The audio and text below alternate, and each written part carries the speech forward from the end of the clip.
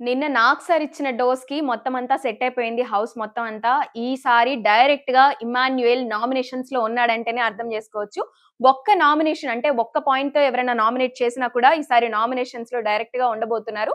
అలా కెప్టెన్ అయినా కూడా ఇమ్మాన్యుయేల్ ఈ వీక్ అంటే 10థ్ వీక్ నామినేషన్స్‌లోకొచ్చేసాడన్నమాట. సో, ఎవరు చేశారు నామినేషన్ చూడాలంటే ఫుల్ ఎపిసోడ్ చూడాల్సిందే. సో, మనం క్యారీ ఆన్ చేద్దాం. హలో! నమస్తే. Welcome to Telugu 360. నేను Veena Sadhineni. This is Bigg Boss analysis.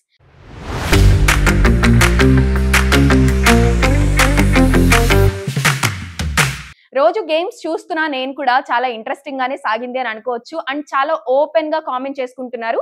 ఇప్పుడు మొత్తం ఫిల్టర్ అయిపోయిన తర్వాత రష్ అంతా పోయిన తర్వాత అంటే నిజంగా చెప్తున్నా ట్రాష్ అని చెప్పుకోవచ్చు. ఈ రష్ అనే కన్నా కూడా ట్రాష్ అంతా పోయిన తర్వాత మిగిలిన ఈ కంటెస్టెంట్స్ చాలా పవర్ఫుల్ గా ఆడబోతున్నారు ఈ గేమ్ ని, ఈ టాస్క్‌ల్ని కూడా.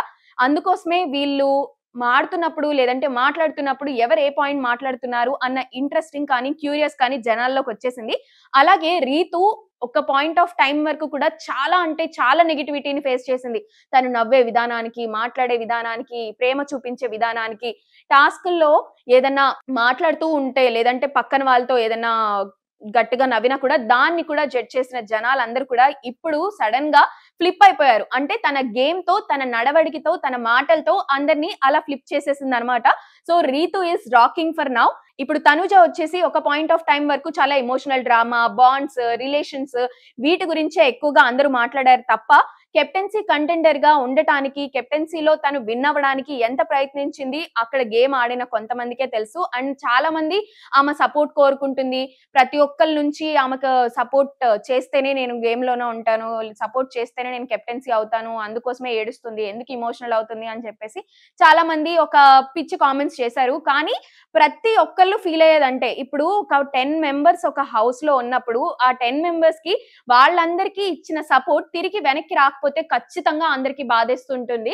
సో, ఒక్కసారి జనాలు ఎవరైతే తనుజ ఎమోషనల్, తనుజ పద్దాక ఏడుస్తుంది, తనుజ ఎందుకింత ఓవర్ చేస్తుంది అని అనుకునే వాళ్ళు ఖచ్చితంగా ఒకసారి తన పొజిషన్ లో ఉండి ఆలోచించాలి. లేదంటే ఒక రూమ్ లో మిమ్మల్ని పెట్టుకొని ఆలోచిస్తే తను ఎందుకు అలా ఆడుతుంది అర్థమైపోతుంది. సో, ఇప్పుడే మనం ప్రోమో కూడా చూసాము. ప్రోమో పరంగా చూసుకున్నట్లయితే ఇమాన్యుయల్ వచ్చేసి భరణిని, రీతు వచ్చేసి దివ్యని, గౌరవ్ వచ్చేసి సంజనాని, తర్వాత నిఖిల్ కళ్యాణ్ వచ్చేసి నిఖిల్ ని ఎలిమినేట్ చేయడానికి నామినేషన్స్ అయితే పూర్తయిపోయాయి. ఇంకా కంటిన్యూ అవుతుంది ఈ టాస్క్. ప్రెజెంట్ అయితే సిచ్యువేషన్ ఇదే కనిపిస్తుంది. అంటే మొత్తం స్ట్రాంగ్ ప్లేయర్స్ అయి మిగిలారు కాబట్టి చాలా స్ట్రాంగ్ పాయింట్స్ బయటకు వస్తున్నాయి.